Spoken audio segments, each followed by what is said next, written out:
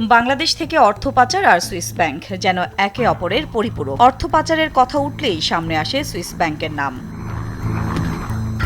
2024 সালের আগস্ট পরবর্তী সময়ে বিগত সরকারের মন্ত্রী এমপি সহ অনেকেই দেশ ছেড়েছেন। ওই বছর সুইস ব্যাংকে বাংলাদেশিদের আমানতের পরিমাণ ছিল 58,95,00,000 সুইস ফ্রাঙ্ক। তবে অবাক করার মতো ঘটনা ঘটেছে 2025 সালে। সুইজারল্যান্ডের কেন্দ্রীয় ব্যাংকের বার্ষিক প্রতিবেদন বলছে, গেল বছর দেশটিতে বাংলাদেশিদের আমানত বিগত বছরের তুলনায় 41% বেড়ে দাঁড়িয়েছে 83,41,00,000 সুইস ফ্রাঙ্ক। দেশীয় মুদ্রায় যার পরিমাণ প্রায় 13,000 কোটি টাকা।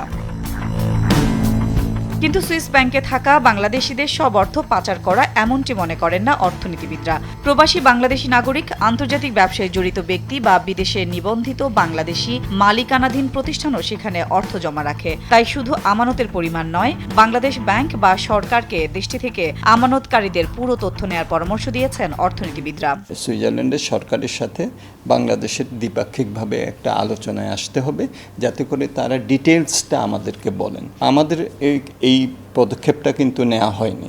তো বাংলাদেশ ব্যাংক চিন্তা করতে পারে এবং বাংলাদেশ সরকার যে সুইজারল্যান্ডের সরকারের সাথে তারা এরকম একটা সমঝোতা আসতে পারে। আগে অর্থ পাচার সংক্রান্ত আন্তর্জাতিক চুক্তির আওতায় ছিল না সুইস ব্যাংকগুলো। তবে এখন আন্তর্জাতিক নানা চুক্তির কারণে বিভিন্ন দেশের চাহিদা অনুযায়ী তথ্য সরবরাহ করে দেশটি। সুইজারল্যান্ডের সঙ্গে দ্বিপক্ষীয় চুক্তির মাধ্যমে অর্থ পাচারকারীদের শনাক্তের পাশাপাশি পাচার করা অর্থ ফিরিয়ে আনার পরামর্শ তাদের। তো যখন নাকি এটা একটা ব্যাংকে এই টাকাটা, তখন তাকে এটা জন্য জবাবদিহিতার মধ্যে নিয়ে আসা এবং আইনি প্রক্রিয়ার মধ্যে টাকাটাকে ফেরত আনাটা, সেটা অপেক্ষাকৃত ইজিয়ার। এটা এমন নয় যে আমি চাইলাম যে টাকাটা তারা ফেরত দিয়ে দিবে, তা নয়।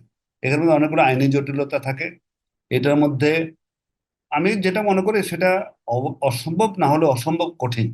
সুইজারল্যান্ডের কেন্দ্রীয় ব্যাংকের তথ্য বলছে, 2022 ও 23 সালে পরপর 2 বছর সুইস ব্যাংকে বাংলাদেশিদের জমা অর্থের পরিমাণ উল্লেখযোগ্য পরিমাণে কমে গিয়েছিল। ওই 2 বছর যথাক্রমে 5.5 কোটি সুইস ফ্রাঙ্ক ও 2.25 কোটি সুইস ফ্রাঙ্ক জমা ছিল।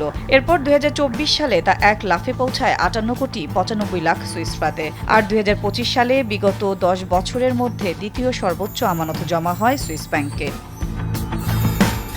সাদিয়া লাবনী, দেশ টিভি, ঢাকা।